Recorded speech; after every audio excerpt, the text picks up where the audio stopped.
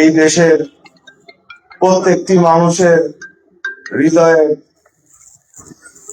স্পন্দনে হৃদয়ের মন কোথায় উনি থাকবেন। ওনার এই বিশাল সংগ্রামী জীবনে এই দেশের মানুষকে ছেড়ে উনি কখনো চাননি। যতই বাধা বিপত্তি এসেছেন, উনি জেল খেটেছে, ওনার অনেক ত্যাগের বিনিময়ে আজকেই বাংলাদেশ। ওনার ঋণ হয়তো আমরা কোনোদিনও শোধ করতে পারবো না। আপোষহীন দেশ নেত্রী কখনো বাংলাদেশ নিয়ে আপোষ করেননি, বাংলাদেশের সাধারণ মানুষকে নিয়ে কখনো অন্যায়ের সঙ্গে আপোষ করেননি, যার কারণে ওনার স্থান অন্যদের থেকে আলাদা। সম্মান দেওয়ার মালিক আল্লাহ। ফ্যাসিস্ট হাসিনা সরকার অনেক অত্যাচার করেছে। একজন বৃদ্ধ মানুষ, ওনার একজন সন্তান ওনার চোখের সামনেই আরাফাত রহমান কোকো মারা গিয়েছেন।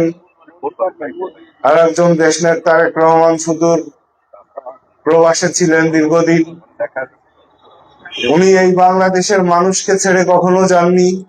বাংলাদেশের মানুষের প্রত্যেকটা বিপদে, বাংলাদেশের দুঃসময়ে উনি সাধারণ জনগণের পাশে থেকে গেছেন।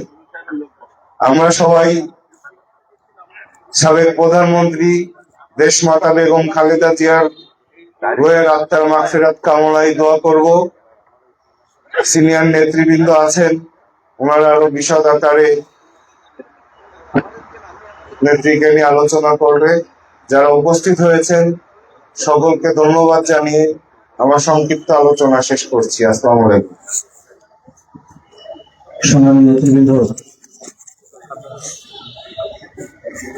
বাংলাদেশের অভিভাবক, সাবেক সফল প্রধানমন্ত্রী, মামাটি মানুষের প্রিয় নেত্রী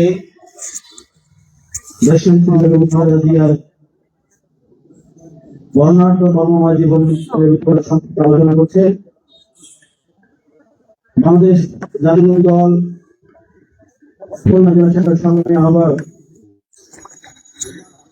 সাবেক সফল ছাত্র রাজ্য নেতা জনতা মনিরুজ্জামান মন্ডল।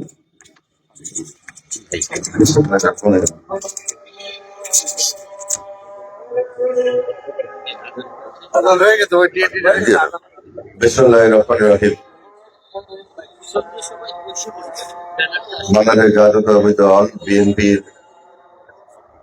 সবচেয়ে গুরুত্বপূর্ণ অঙ্গ সংগঠন বাংলাদেশ জাতীয়তাবাদী দল খুলনা জেলা শাখা কর্তৃক আয়োজিত, জাতীয়তাবাদী যুব দল খুলনা জেলা শাখা কর্তৃক আয়োজিত বাংলাদেশের মানুষের যিনি হৃদয়ের স্পন্দন ছিলেন, রাজনৈতিক মাতা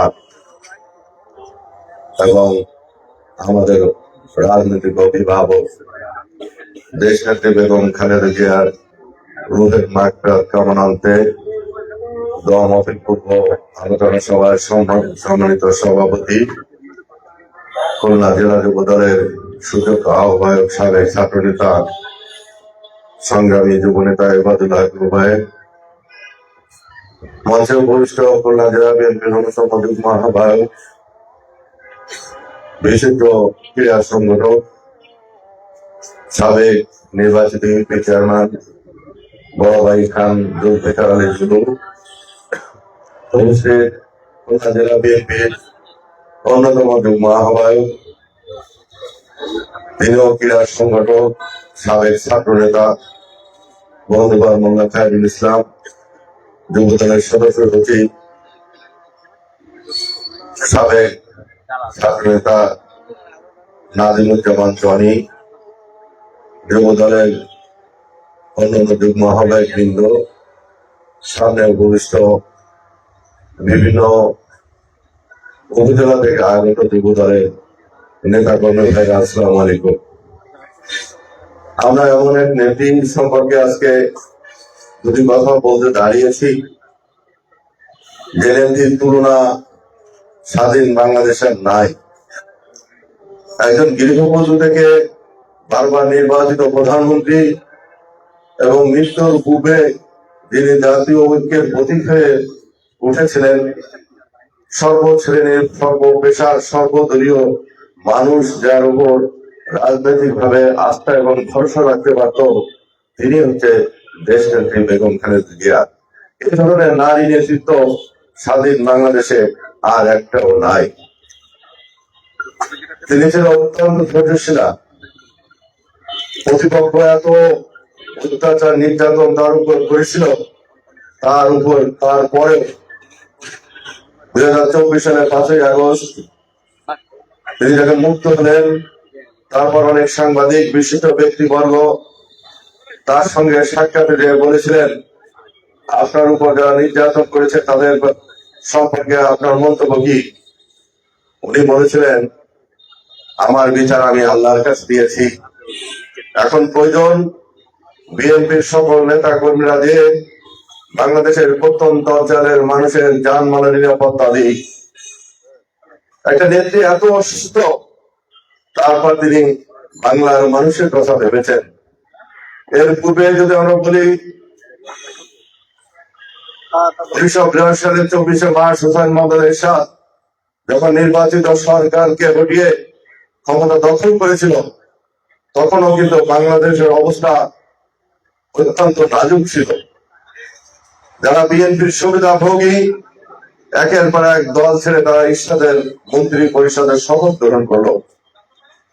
এমন একটি ভঙ্গুর পরিস্থিতিতে গৃহবধূ থেকে রাজপথে নামলেন বাংলার আপামর জনগণ, বিশেষ করে ছাত্র সমাজ তাকে মাতৃ আসনে বসিয়ে বাংলার রাজপথে স্বৈরাচার বিরোধী আন্দোলনে দেশকে উত্তল করে তুলেছিলেন, বুক পেতে দিয়েছিলেন বুলেটের সামনে।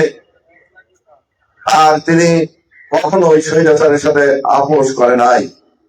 অনেক লোভনীয় প্রস্তাব তার ছিল, তিনি অনেক আরামায়েশে জীবন যাপন করতে পারতেন পরিবার নিয়ে, কিন্তু তিনি দেশের কথা ভেবে, দেশের মানুষের কথা ভেবে কষ্ট স্বীকার করেছেন, আন্দোলন সংগ্রাম করেছেন রাজপথে নিজের সশরীরে উপস্থিত হয়ে, কিন্তু ওই স্বৈরাচারের সাথে কখনো হাত মেলাননি। একই সময় শেখ হাসিনা এবং জামাতে ইসলামকে হাত মেলানোর উদাহরণ হিসাবে 1986 সালে জাতীয় নির্বাচনকে উদাহরণ হিসাবে বলা যায়। শেষ মুহূর্তে 2008 সালের 29শে ডিসেম্বর সাধারণ প্রথম নির্বাচনের মাধ্যমে যখন আওয়ামী লীগের ক্ষমতা বসানো হলো, আওয়ামী লীগ সর্বপ্রথম টার্গেট করলো বিএনপি এবং জিয়া পরিবারকে। এই সময় পরবর্তীতে তার নামে একটি মিথ্যা মামলা দিয়ে যে কারাগারে রাখা হয়েছিল একটা পরিত্যক্ত বিল্ডিং এ, স্বেচ্ছাতে অবস্থা, যেখানে পোকামাকড়রা বিচরণ করে, মানুষের শারীরিক সর্বপ্রকার নির্যাতন তার উপর চালানো হয়েছিল, সুচিকিৎসা নিতে দেওয়া হয়নি। সর্বশেষ এই জুলুমবাজ অত্যাচারীরা কিন্তু দেশ ছাড়তে বাধ্য হয়েছে। আর তার জানা যায় কোটি মানুষের উপস্থিতি, সারা বিশ্বে মানুষ তার জন্য দোয়া করেছেন।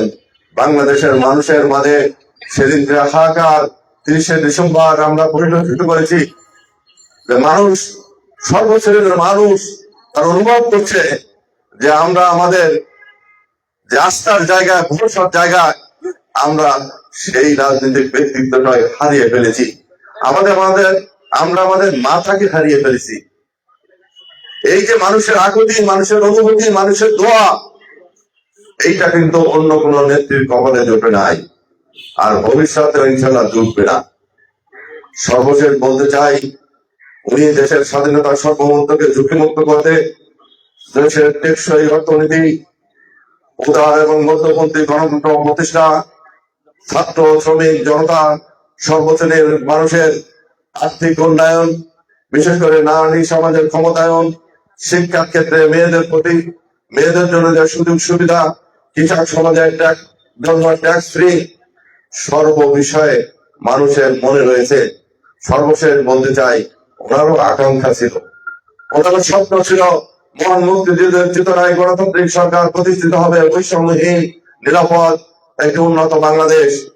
আর বৈষম্যহীন উন্নত নিরাপদ বাংলাদেশ গড়ে তুলতে হলে বাংলাদেশের আগামী জাতীয় সংসদ নির্বাচনে ধানের শীষ প্রতীক নিয়ে যেখানে প্রার্থী হয়েছেন, সবাইকে বিজয় করার জন্য জাতীয়তাবাদী যুবদলকে মুখ্য ভূমিকা গ্রহণ করতে হবে। কারণ জাতীয়তাবাদী যুবদল অনেক অঙ্গ সংগঠনের পূর্বেই শহীদ রাষ্ট্রপতি জিয়াউর রহমান এই যুব সমাজের উপর আস্থা রেখে জাতীয়তাবাদী যুবদল গঠন করেছিলেন। ছাত্র হত্যার পরে গঠিত হয়েছে। অতএব যুবদলের ভাইরা ঐক্যবদ্ধ ভাবে প্রতিটা আসনে আপনাদের সর্বোচ্চ শ্রম এবং নেতা খাটিয়ে আমাদের প্রিয় মাতা, রাজনৈতিক মাতা, দেশ নেত্রী বেগম খালেদা জিয়ার স্বপ্ন পূরণের লক্ষ্যে ধানের শীষ প্রতীককে বিজয়ী করতে হবে। এই প্রত্যাশা রেখে, এই আবেদন রেখে শেষ করছি। কথা হবে বাংলাদেশ জিন্দাবাদ। সংগ্রামী নেতৃবৃন্দ, দেশপিতা খালেদা জিয়ার আত্মার কামনায় জাতীয় যুবদল খুলনা শাখা থেকে আয়োজিত আজকের এই দোয়া মাহফিলের ও আলোচনা সভায় এই পর্যায়ে সভাপতির বক্তব্য রাখছেন জাতীয় যুবদল খুলনা জেলা শাখার সংগ্রামী আহ্বায়ক সাবেক ছাত্রনেতা যুবনেতা ইবাদুল হক রুবায়েত। আলোচনা করছেন যুবনেতা ইবাদুল হক রুবায়েত। أعوذ بالله من الشيطان الرجيم بسم الله الرحمن الرحيم আজকের এই দোয়া মাহফিল যে ব্যক্তির নামে হচ্ছে, আসলে এখানে আমরা যারা বসে আছি, আমরা আমাদের রাজনীতিটা শুরু হয়েছে ওনার নামে স্লোগান দিয়ে। গত 30 তারিখ উনি 30 ডিসেম্বর ভোর 6টার সময় হঠাৎ করে ঢাকা থেকে একটি ফোন পেলাম যে আপনাদের নেত্রী আর নেই। ঘুমের ভিতরে ছিলাম, আধা ঘুম অবস্থায় আসলে মনে হলো বুকের ভিতর থেকে কোন একটি জিনিস আমার বের হয়ে গেছে। শীতের সকাল, ভোরবেলা, কি করব, কাকে ফোন দিব। আমি সর্বপ্রথম আমাদের খুলনা 5 আসন থেকে যিনি নির্বাচন করছেন, উনি আমাদের ম্যাডামের অত্যন্ত কাছের মানুষ ছিল, ওনাকে ফোনটা দিলাম, আলী আজগার নবী ভাইকে। যাই হোক, আর ঘুম আসেনি। ম্যাডামের এই মৃত্যুর সংবাদ আমরা বিগত কয়েকটি বছর ধরে বারবার শুনেছি। আমি একবার জেলখানায়, এখানে অনেক আমাদের সঙ্গে অনেকে জেলখানায় ছিল। আমরা জেলখানায় বসেও এরকম বিকালবেলা একদিন জেলার সাহেব আমাকে জরুরি ভিত্তিতে ডেকে নিয়ে আমাকে বলল যে আপনাকে একটা দায়িত্ব পালন করতে হবে। আমি বললাম কি দায়িত্ব? বলল যে আপনাদের যত নেতা কর্মী আছে সব লক আপ হয়ে যাবে এখন, এবং সাধারণ যে বন্দী আছে তারাও লক আপ হবে। আমি ওনার কাছে কারণটা জিজ্ঞেস করলাম। উনি আমাকে বলল, আপনি বাইরের সংবাদ কি জানেন? আমি তখন আজ করতে পারিনি, তাই বাইরের কি সংবাদ। উনি এক পর্যায়ে বলল, আপনাদের নেত্রী হয়তো মারা গেছে, আমাদের কাছে সংবাদ আছে আপনারা ভিতরে 1300+ নেতাকর্মী বন্দী আছেন। আপনারা যদি সুশৃঙ্খল ভাবে, শান্তিপূর্ণ ভাবে না থাকেন, তাহলে আমাদের জেল কোড অনুযায়ী ব্যবস্থা নিতে হবে। এখানে অনেকেই আমার সঙ্গে তখন জেলখানায় ছিল। আমি জেলার রুম থেকে আমার চোখ দিয়ে টপ টপ করে পানি বের হচ্ছে। সবাই আমাকে প্রশ্ন করছে কি হয়েছে। হয়তো সবাই মনে করছে আমার কোনো নিকট আত্মীয় মারা গেছে, হয়তো আমার পরিবারের কোনো দুঃসংবাদ আছে। আমি কাউকে কিছু বলতে পারছি না। সবাইকে বলছি এখন লক আপ হবে, সবাই যার যার যে সমস্ত নির্দিষ্ট সেল আছে, যে সমস্ত জায়গায় সে জায়গায় চলে যেতে হবে। আমাদেরকে লক আপ করা হলো। আমরা সারা রাত, আমরা সাধারণত জেলখানায় থাকলে আমরা সাধারণত একটু সবাই নামাজটা তো ঠিক মতো আমাদের পড়া হয়। আমরা কিন্তু যে সমস্ত আমরা বন্দীরা ছিলাম এবং সাধারণ বন্দী যারা ছিল, সবাই কিন্তু একটু একটু করে সংবাদটা যখন কানে কানে চলে গেছে, তখন সবার ভিতরে একটি বিষণ্ণতার ছায়া। আমার মনে আছে ওই দিন আমাদের লক আপের পর থেকে জেলখানায় যেন একটি নীরব নিস্তব্ধতা, একটা গুমোট কান্নার ভাব। আমরা সবাই কিন্তু সেদিন সারা রাত জেলখানায় কান্নাকাটি করেছি আল্লাহর কাছে। দেখেন আল্লাহর কি লীলা খেলা, সকালবেলা ঘুম থেকে উঠে আবার আমাদের লক আপ যখন খুলে দেওয়া হয়েছিল, তখন শুনলাম যে না, আমাদের নেত্রী ঠিক আছে, উনি অসুস্থ হয়ে পড়েছিলেন সামান্য। যাই হোক, এই কথাগুলো এই কারণে বললাম, কারণ দেশনেত্রী বেগম খালেদা জিয়া হচ্ছে আমাদের আবেগের জায়গা, সর্বোচ্চ আবেগের জায়গা। কারণ আমরা যারা রাজনীতি করি, তারা আমাদের এই রাজনৈতিক জীবনে যতবার আমরা মা বাবার নাম না নিয়েছি, ততবার দেশনেত্রী বেগম খালেদা জিয়ার নাম আমরা নিয়েছি। সেই কারণে এই প্রজন্মের কাছে, বিশেষ করে আমরা যে প্রজন্ম এখন যুব দল করি, ছাত্র দল করি, এই প্রজন্মের কাছে আমাদের দেশনেত্রী বেগম খালেদা ছিল আমাদের মা। আমরা তো মা হিসেবে তাদেরকে ওনাকে আমরা মনে করতাম। যাক, উনি আমাদের কাছ থেকে চলে গেছেন।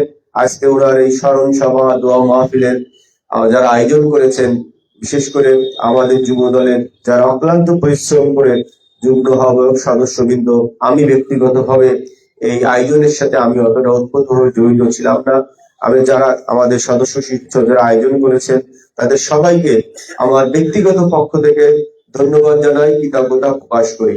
আর যারা এখানে উপস্থিত হয়েছেন, বিশেষ করে আমাদের জেলা বিএনপির বিপ্লবী আহ্বায়ক, যুব দলের সাবেক সভাপতি মনিরুজ্জামান মন্টু ভাই, আমাদের জেলা বিএনপির যুগ্ম আহ্বায়ক, বিশিষ্ট ক্রীড়া সংগঠক খান জুলফিকার আলী জুলু, যুগ্ম আহ্বায়ক, সাবেক ছাত্র নেতা, বিশিষ্ট ক্রীড়া সংগঠক মোল্লা খায়রুল ইসলাম সহ আমাদের স্বেচ্ছাসেবক দল খুলনা মহানগর শাখার বিপ্লবী সদস্য সচিব, সাবেক ছাত্রনেতা ইস্তিয়াক আহমেদ ইস্তি সহ যে সমস্ত অতিথিরা আজকে এখানে এসে এই দোয়া মাহফিলে শরীক হয়েছেন, তাদের সবাইকে জাতীয়তাবাদী যুব দল খুলনা জেলা শাখার পক্ষ থেকে ধন্যবাদ জানাই, কৃতজ্ঞতা প্রকাশ করি। আর সর্বশেষ, এখানে যুব দলের যে সমস্ত নেতৃবৃন্দ উপস্থিত আছেন, সবার প্রতি আহ্বান থাকলো, দেশনেত্রী বেগম খালেদা জিয়া অনেক স্বপ্ন দেখতেন এবং অনেক স্বপ্ন উনি বাস্তবায়ন করে গেছেন। উনি শহীদ প্রেসিডেন্ট জিয়াউর রহমানের স্বপ্ন বাস্তবায়ন করেছেন। উনি অনেক বাংলাদেশকে নিয়ে এবং বাংলাদেশের মানুষকে নিয়ে যে স্বপ্ন বাস্তবায়ন করে গেছেন, এবং ওনার একটি স্বপ্ন ছিল, যে স্বপ্নটা হচ্ছে বাংলাদেশের মানুষের ভোটের অধিকার নিশ্চিত করা, বাংলাদেশের মানুষের গণতন্ত্র প্রতিষ্ঠা করা। উনি তার জন্য অনেক সংগ্রাম করেছেন, লড়াই করেছেন, ত্যাগ স্বীকার করেছেন। আমাদের বক্তা বিশেষ করে মন্টু ভাই বলেছে, উনি ওনার ত্যাগের কথা বলেছেন। উনি কিন্তু কখনো কোনো বিষয়ে আপোষ করেননি। উনি বাংলাদেশের মানুষের জন্য চুল পরিমাণ আপোষকামিতা ওনার চরিত্র ছিল না। কাজেই আমরা দেশনেত্রী বেগম খালেদা জিয়ার রেখে যাওয়া যে আদর্শ, যে আপোষহীন মনোভাব, এটাকে আমরা বুকে ধারণ করব। এবং সবাই মনে রাখতে হবে, এখনো এক শ্রেণীর মানুষ যারা বাংলাদেশকে কখনো বিশ্বাস করেনি, বাংলাদেশের স্বাধীনতা সার্বভৌমত্ব যারা এখনো মনে প্রাণে গ্রহণ করতে পারে না, তারা কিন্তু এখনো বাংলাদেশকে নিয়ে গভীর ষড়যন্ত্রে লিপ্ত আছে। আমরা জাতীয় যুব দল যদি ঐক্যবদ্ধ না থাকি, আমরা জাতীয় যুব দল যদি আমাদের আগামী বাংলাদেশ, তারেক রহমান ইতিমধ্যে তার দীর্ঘ 17 বছর পর তার জন্মভূমি, তার মাতৃভূমি, যিনি যে ভূমিতে যে ভূমির আলো বাতাসে উনি বড় হয়েছেন, সেই ভূমিতে উনি পদার্পণ করেছেন। এখানে আমরা সমস্ত নেতৃবৃন্দ উপস্থিত আছি। আপনারা জানেন, তারেক রহমান যেদিন বাংলাদেশে পদার্পণ করেছেন, উনি হযরত শাহজালাল আন্তর্জাতিক বিমানবন্দরে নেমে সর্বপ্রথম উনি ওনার পায়ের জুতা এবং মোজাটা খুলে উনি বাংলাদেশের মাটি স্পর্শ করেছেন, বাংলাদেশের মাটি উনি ছুঁয়ে দেখেছেন। এটাই হচ্ছে দেশপ্রেম, এটাই হচ্ছে বাংলাদেশের জন্য তার কমিটমেন্ট, এটা হচ্ছে শহীদ প্রেসিডেন্ট জিয়াউর রহমানের আদর্শ। সেই আদর্শের ধারক এবং বাহক হচ্ছে আমাদের বর্তমান চেয়ারম্যান দেশ নায়ক তারেক রহমান ইতিমধ্যে যে পরিকল্পনা শুরু করেছেন, উনি যে স্বপ্ন দেখছেন, উনি কিন্তু স্বপ্ন দেখছেন জিয়াউর রহমানের রেখে দেওয়া স্বপ্ন, আমাদের প্রয়াত দেশনেত্রী বেগম খালেদা জিয়ার স্বপ্ন উনি বাস্তবায়নের জন্য উনি স্লোগান দিয়েছেন। উনি বলেছেন এবং উনি বিশ্বাস করেন, এবং বাংলাদেশের মানুষের অন্তরে যে বিশ্বাসটা উনি ইতিমধ্যে ধারণ করতে পেরেছেন, সেটা হচ্ছে উনি সবার আগে বাংলাদেশ। উনি বলেন, এই সবার আগে বাংলাদেশ। আমরা যারা যুব দল করি, আমরা যারা বিএনপি এবং সহযোগী সংগঠন করি, বিএনপি করি, আমাদেরকে এই কথাটি ধারণ করতে হবে এবং এই কথার মর্ম কথা আমাদের বুঝতে হবে। সবার আগে বাংলাদেশ, তার মানে হচ্ছে বাংলাদেশ প্রশ্নে কোনো আপোষ আমাদের নেতা তারেক রহমান করবে না। এটাই হচ্ছে আমাদের শপথ। আমরা যদি এই শপথকে বুকে ধারণ করতে পারি, আমার বিশ্বাস যারা বাংলাদেশ নিয়ে ষড়যন্ত্র করে, এখনো বাংলাদেশের মানুষের গণতন্ত্র, বাংলাদেশের মানুষের ভোটের অধিকার নিয়ে যারা ষড়যন্ত্র করে, তাদের বিরুদ্ধে আমাদের ঐক্যবদ্ধ থাকতে হবে। আপনারা ইতিমধ্যে দেখেছেন আমাদের জুলাই যোদ্ধা উসমান হাদিকে হত্যা করা হয়েছে। আমাদের গতকাল আমাদের একজন প্রিয় সহযোদ্ধা মুসাফির ভাই, আমরা একসঙ্গে ছাত্র দল করেছি, উনি স্বেচ্ছাসেবক দল করতো, আমি যুব দল করতাম। ওনার সাথে আমার ব্যক্তিগত অনেক ভালো সম্পর্ক ছিল। আমি গত কিছুদিন আগে যখন ঢাকায় গিয়েছি, ওনার সাথে আমার কাকতালীয় ভাবে দেখা হয়েছে। উনি আমাকে পিছন থেকে ডাক দিয়ে জড়ায় ধরে বলেছেন, অনেক কথা বলেছেন। সেসব কথা বলতে গতকাল আমরা দেখলাম সেই মুসাফির ভাই কিন্তু আমাদের কাছ থেকে ইতিমধ্যে চলে গেছে। এটা কিসের আলামত, কিসের ষড়যন্ত্র, আপনারা কিন্তু একটি গভীর ভাবে চিন্তা করলে কিন্তু বুঝতে পারবেন।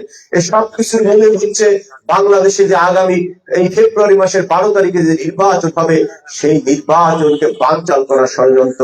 এবং নির্বাচনকে কারা বানচাল করতে চায় বা বানচাল করতে চায়, কারা নির্বাচনের বিপক্ষে ষড়যন্ত্র করছে, আপনারা কিন্তু রাজনৈতিক কর্মী, আপনাদের কিন্তু নতুন করে বুঝিয়ে বলার কিছু নেই।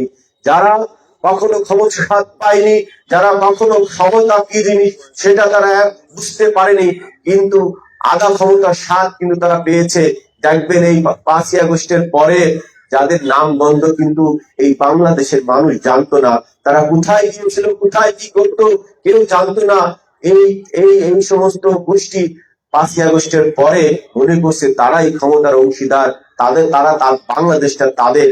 তারা সেভাবে সমস্ত বাংলাদেশের সমস্ত প্রশাসন, সমস্ত প্রতিষ্ঠান, সমস্ত যা যা কিছু আছে, রাষ্ট্রের যে সমস্ত যন্ত্রগুলো আছে, অর্গান গুলো আছে, সমস্ত অর্গান গুলোতে তারা ষড়যন্ত্রের মাধ্যমে তারা একটা নতুন করে সিন্ডিকেট করে বাংলাদেশকে একটি দাসত্বের রাজনীতিতে নিয়ে যেতে চায়। যে রাজনীতি গত 17 বছর আমরা এই বাংলাদেশের মানুষ হাড়ে হাড়ে টের পেয়েছে। ফ্যাসিবাদের যে আচরণ, ফ্যাসিবাদের যে রাজনীতি, ফ্যাসিবাদের যে শোষণ, সেই শোষণের কবলে কিন্তু বাংলাদেশ ছিল। এই ফ্যাসিবাদের শোষণের পর আবার নতুন করে কিন্তু একটা গোষ্ঠী, একটা স্বাধীনতাবাদী চক্র আপনাদের ধারণ করতে হবে এবং আপনাদের সাধারণ মানুষকে বোঝাতে হবে। আমরা যে জিনিসটা বুঝি, যারাদের ভিতরে বাংলাদেশের প্রেম নেই, যারা বাংলাদেশের এই জাতীয় পতাকাকে বিশ্বাস করে না, যারা বাংলাদেশের মানুষের স্বাধীনতাকে বিশ্বাস করে না, যারা বাংলাদেশে একটি স্বাধীন ভূখণ্ড রাষ্ট্র হোক সেই রাষ্ট্রে যারা বিশ্বাসী ছিল না, এবং 5ই আগস্টের পর যারা বাংলাদেশের জাতীয় সঙ্গীত নিয়ে ষড়যন্ত্র করেছে এবং বলেছে বাংলাদেশের জাতীয় সঙ্গীত নাকি ভারতীয় সঙ্গীত, তারা এই ধরনের উদ্ধতমূলক কথাবার্তা বলতে পারে, তাদের ভিতরে কিন্তু দেশপ্রেম নেই। তারা বাংলাদেশকে নতুন করে ষড়যন্ত্র করছে, বাংলাদেশের ষড়যন্ত্র করে বাংলাদেশের নির্বাচনী ব্যবস্থা, বাংলাদেশের গণতান্ত্রিক ব্যবস্থাকে তারা ধূলিসাৎ করে তারা এই যে একটা ছায়া সরকারের ভিতরে আছে, এই সরকারের ভিতরে থেকে তারা তাদের ক্ষমতা দীর্ঘায়িত করতে চায়, তারা নির্বাচন চায় না। এই কারণে আমাদের সবাইকে আসছে সবাইকে সজাগ থাকতে হবে। জাতীয়তাবাদী যুব দল হচ্ছে আমাদের যেমন মন্টু ভাই বলেছেন, জাতীয়তাবাদী যুব দল হচ্ছে শহীদ প্রেসিডেন্ট জিয়াউর রহমানের হাতে গড়া সংগঠন। এবং শহীদ প্রেসিডেন্ট জিয়াউর রহমান যুব দলের প্রতি আস্থা এবং বিশ্বাস ছিল অটুট। এবং আমাদের প্রিয় নেত্রী প্রয়াত দেশনেত্রী বেগম খালেদা জিয়াও কিন্তু যুব দলের প্রতি তার আস্থা এবং বিশ্বাস, ভালোবাসা ছিল অটুট। এবং বর্তমান যিনি চেয়ারম্যান আছেন, আগামী বাংলাদেশ, আগামী স্বপ্নদ্রষ্টা, আগামী নতুন বাংলাদেশের রূপকার তারেক রহমান কিন্তু যুব দলের প্রতি অনেক ভরসা করেন। কাজে আমাদের জাতীয়তাবাদী যুব দলকে এই যে আগামী নির্বাচন, এই নির্বাচন সহ যে ষড়যন্ত্রগুলো হচ্ছে, এই ষড়যন্ত্রের দাঁত ভাঙা জবাব দেওয়ার জন্য যুব দলের সর্বস্তরের নেতা কর্মীদেরকে ঐক্যবদ্ধ হওয়ার কোনো বিকল্প নেই। আমরা যদি ঐক্যবদ্ধ না থাকি, এই ষড়যন্ত্রকারীরা কিন্তু তাদের আস্ফালন এবং তাদের ষড়যন্ত্রের জাল এমন ভাবে বিস্তার করবে, সেই ষড়যন্ত্র কিন্তু জাতীয়তাবাদী যুব দলকে ছিন্ন করে বাংলাদেশকে একটি আলোর মুখে নিয়ে যেতে হবে, বাংলাদেশকে একটি আগামী বাংলাদেশে নিয়ে যেতে হবে, নতুন বাংলাদেশে নিয়ে যেতে হবে। সেই কারণে জাতীয়তাবাদী যুব দলের নেতা কর্মীদের অনুরোধ থাকলো, আসুন আমরা আমাদের ভিতরে যে অনৈক্য আছে, থাকতে পারে বড় সংগঠন অনৈক্য থাকতে পারে, কিন্তু বাংলাদেশের প্রশ্নে তারেক রহমানের যে বক্তব্য, সবার আগে বাংলাদেশের প্রশ্নে বাংলাদেশের গণতন্ত্রের প্রশ্নে, বাংলাদেশের ভোটের অধিকারের প্রশ্নে আমরা যেন সমস্ত ভেদাভেদ ভুলে গিয়ে ঐক্যবদ্ধভাবে রাজপথে থাকতে পারি এবং এই ষড়যন্ত্রকারীদের তাক ঢাকা জবাব কিন্তু আমরা জাতীয়তাবাদী যুবদল যেহেতু ফ্যাসিস্টদের বিরুদ্ধে বন্দুকের নলের সামনে দাঁড়িয়ে যুদ্ধ করেছি, আমরা ফ্যাসিস্টদের যে আচরণ ছিল, আমরা সমস্ত গুম খুন নির্যাতনের বিরুদ্ধে আমরা সমস্ত আমরা কিন্তু এই যে আগামী ফেব্রুয়ারি মাসে যে নির্বাচন হবে, যে গণতান্ত্রিক পরিবেশ তৈরি হয়েছে, এর জন্য কিন্তু জাতীয়তাবাদী যুব দলের অনেক অনেক অনেক নেতাকর্মী শহীদ হয়েছেন, গুম হয়েছেন, খুন হয়েছে। আমরা যদি এখন এটাকে ধরে রাখতে না পারি, আগামী ফেব্রুয়ারি মাসে যে নির্বাচন হবে, এই নির্বাচনে এই সমস্ত যারা ষড়যন্ত্র করছে নির্বাচন নিয়ে এবং বাংলাদেশ যারা ষড়যন্ত্র করছে, বাংলাদেশের স্বাধীনতা সার্বভৌমত্ব নিয়ে যারা ষড়যন্ত্র করছে, এদের বিরুদ্ধে যদি আমরা ঐক্যবদ্ধ হবে লড়াই করে এবং ভোটযুদ্ধে অবতীর্ণ হয়ে আমরা যদি বিজয় ছিনিয়ে না আনতে পারি, তাহলে কিন্তু বাংলাদেশ খাদের কিনারায় চলে যাবে এবং আমাদের যে সমস্ত সহযোদ্ধারা শহীদ হয়েছে, ছাত্র দল, যুব দল, স্বেচ্ছাসেবক দল, বিএনপির হাজার হাজার নেতা কর্মী দীর্ঘ 17 বছর তাদের রক্ত দিয়েছে, শহীদ হয়েছে, তাদের সাথে কিন্তু আমাদের বেইমানি করা হবে। সদ্য প্রয়াত দেশনেত্রী বেগম খালেদা জিয়া, তিনি সংগ্রাম করেছেন, লড়াই করেছেন, কারাভোগ করেছেন বাংলাদেশের মানুষের জন্য, বাংলাদেশের মানুষের ভোটের অধিকারের জন্য, বাংলাদেশের মানুষের গণতন্ত্রের জন্য। আমরাও কিন্তু আমাদের নেত্রী কিন্তু, আমাদের সবাইকে ঐক্যবদ্ধ হওয়ার কোনো বিকল্প নেই। আসুন আবারও বলি, সবাই ঐক্যবদ্ধ থাকি, বাংলাদেশের প্রশ্নে ঐক্যবদ্ধ থাকি। আগামীতে তারেক রহমানের স্বপ্ন, তারেক রহমান স্বপ্ন থাকে একটি অসাম্প্রদায়িক বৈষম্যহীন সম্প্রীতির মানবিক বাংলাদেশ।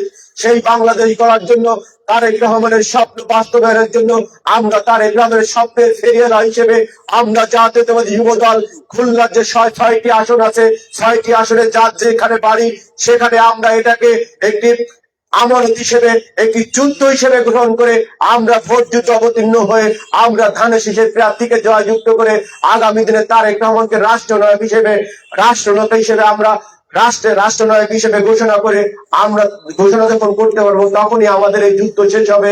এই আহ্বান জানিয়ে আমি সবার কাছ থেকে বিদায় নিচ্ছি। সবাই ভালো থাকবেন এবং সবাইকে আবারও ধন্যবাদ জানাচ্ছি, বিশেষ করে যারা এই আয়োজনকে অক্লান্ত পরিশ্রম করে করেছেন। জাতীয় যুব দল খুলনা জেলা শাখার সদস্য হিসেবে নেতৃত্বের যুগ্ম আহ্বায়ক সদস্যবৃন্দ সবাইকে আমার ব্যক্তিগত পক্ষ থেকে, যুব দলের আহ্বায়ক হিসেবে আমার ব্যক্তিগত পক্ষ থেকে আপনাদেরকে ধন্যবাদ জানিয়ে আমি আমার বক্তব্য শেষ করছি। এখনই দোয়া হবে, দোয়ার পরে আমরা তাবরক বিতরণ করবো, কেউ উঠবেন না। এবং একটি কথা, শুধু এখানে বসে আমরা শুধু খালেদা জিয়ার জন্য আমরা যে বসছি, একদিনের জন্য বসে এই দোয়া করলে হবে না। আমরা যখনই কোন ইবাদতের ভিতরে থাকি, নামাজরত থাকি, আমরা সবার কাছে অনুরোধ থাকলো, আমরা যখন মা বাবার জন্য দোয়া করি, আমাদের আত্মীয় স্বজনের দোয়া করি, এই দোয়ার নাম থেকে যেন আমাদের প্রিয় নেত্রী দেশনেত্রী বেগম খালেদা জিয়ার নাম, শহীদ প্রেসিডেন্ট জিয়াউর রহমানের নাম এবং তার কনিষ্ঠ সন্তান আরাফাত রহমানের নাম এবং যারা এই ফ্যাসিবাদ বিরোধী আন্দোলন সংগ্রাম করতে যে যারা শহীদ হয়েছেন, এদের নামগুলো যেন আমরা ভুলে না যাই। আমরা সবসময় যেন মন থেকে খোলা মনে আমরা সবার জন্য দোয়া করি। সবাই ভালো থাকবেন। আল্লাহ হাফেজ। বাংলাদেশ জিন্দাবাদ, বাংলাদেশ জাতীয়তাবাদী যুব দল জিন্দাবাদ। বেঁচে থাকলে আবারও দেখাবে ইনশাল্লাহ। নেতৃবৃন্দ হুজুর আছে ওই যে নামাজের ওই যে কাপ খুলে এসে আসলে হাফেজদের আপনারা ওই থেকে সেজন্য আমার পা দিতে হয় না, ঠিক আছে। হ্যাঁ এটা না অল্প একটু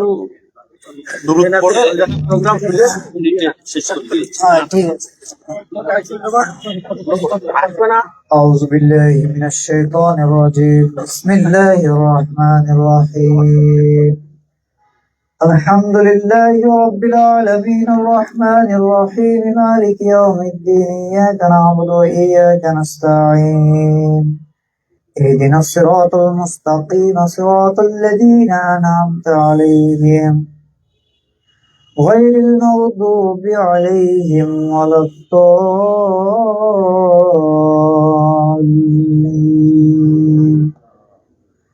آمين. بسم الله الرحمن الرحيم.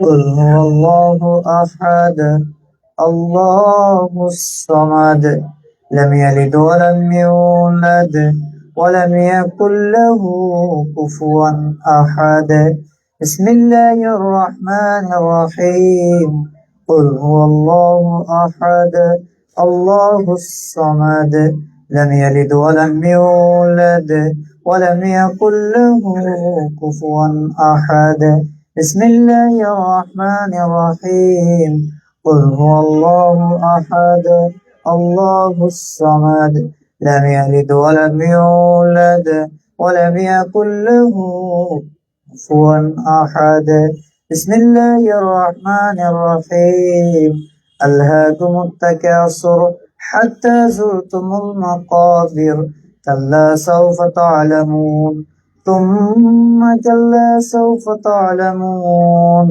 كلا لو تعلمون علم اليقين لترون الجحيم ثم لترونها عين اليقين ثم لتسألن يومئذ عن النعيم بسم الله الرحمن الرحيم ما كان محمد أبا آد من رجالكم ولكن رسول الله وخاتم النبيين وكان الله بكل شيء عليما إن الله وملائكته يصلون على النبي يا أيها الذين آمنوا صلوا عليه وسلموا تسليما اللهم صل على سيدنا مولانا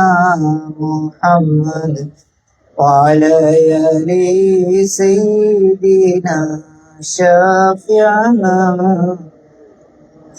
اللهم صل على سيدنا مولانا محمد وعلى آل سيدنا شافعنا يا أيتها النفس المطمئنة ارجعي إلى ربك راضية مرضية فادخلي في عبادي وادخلي جنتي اللهم صل على سيدنا مولانا محمد وعلى آل سيدنا شافعنا কোথায় হাঁটছো কোথায় চলছো কোথায় যাইবা চলিয়া এমন জায়গায় যাইতে হইবে যে জায়গার নাই ঠিকানা আল্লাহুম্মা সাল্লি আলা সাইয়্যিদিনা মাওলানা মুহাম্মদ وعلى آل سيدنا شافعنا ডানে মাটি বামে মাটি নিচে মাটির বিছানা উপরে মাটির চাপা খবর কেহ নিবে না আল্লাহুম্মা সাল্লি আলা সাইয়্যিদিনা মাওলানা মুহাম্মদ وعلى آل سيدنا شافعنا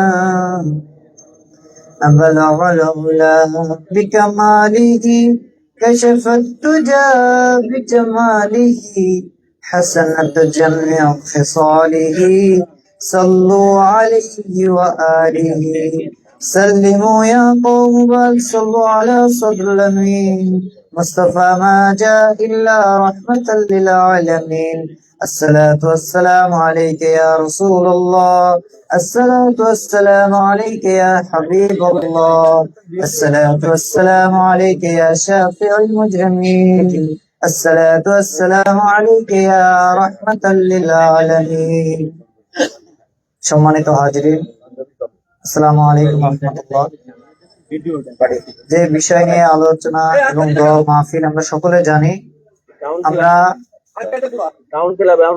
দিলের মাকসাদ থেকে তার জন্য খাস করে আমরা দোয়া করবো ইনশাআল্লাহ। আমরা সকলে কবর জিয়ারতের নিয়তে সূরা ফাতিহা একবার, সূরা ইখলাস 3 বার, কয়েকবার দুরূদ শরীফ পড়ব আমরা।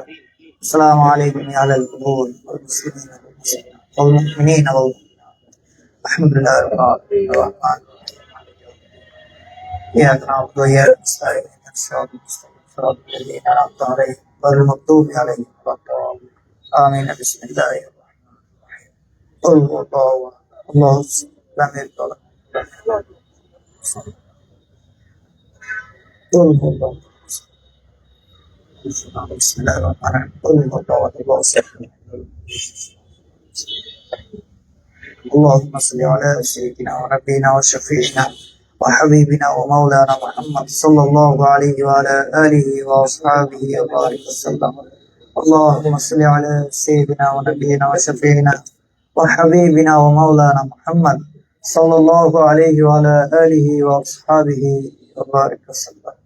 أستغفر الله الذي لا إله إلا هو الحي القيوم وأتوب إليه لا حول ولا قوة إلا بالله. أستغفر الله الذي لا إله إلا هو الحي القيوم وأتوب إليه لا حول ولا قوة إلا بالله.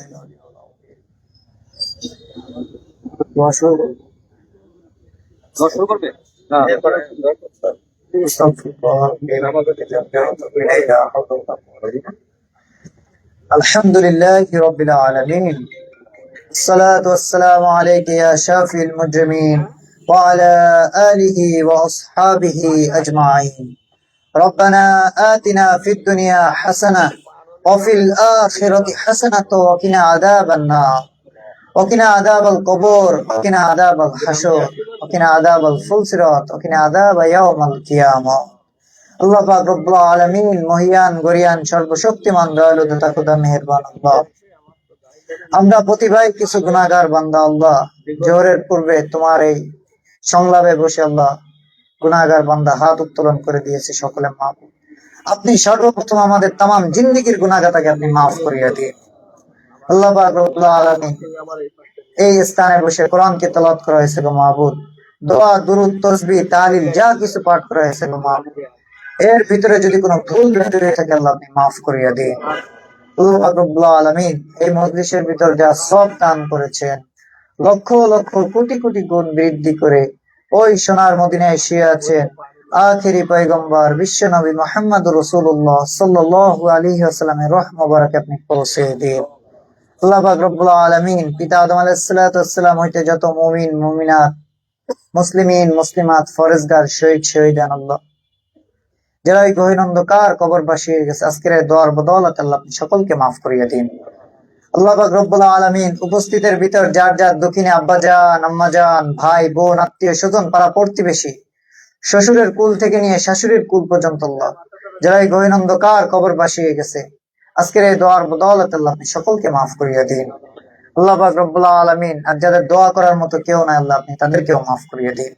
আল্লাহ পাক রব্বুল আলামিন। যে উদ্দেশ্যে নিয়ে দোয়ার আয়োজন গো মাহবুব, আপনি তো আলিমুল গায়ব, মেহেরবানি করে সকলের দিলের নেক মাকাসদকে আপনি কবুল ও মঞ্জুর করিয়ে নিন আল্লাহ পাক রব্বুল আলামিন। তোমার এই পেয়ারা বান্দি তোমার ডাকে সাড়া দিয়ে ওই গহীন অন্ধকার কবরবাসী হয়ে গেছে মাহবুব, মেহেরবানি করে আল্লাহ আপনি তাকে মাফ করিয়ে দিন আল্লাহ পাক রব্বুল আলামিন।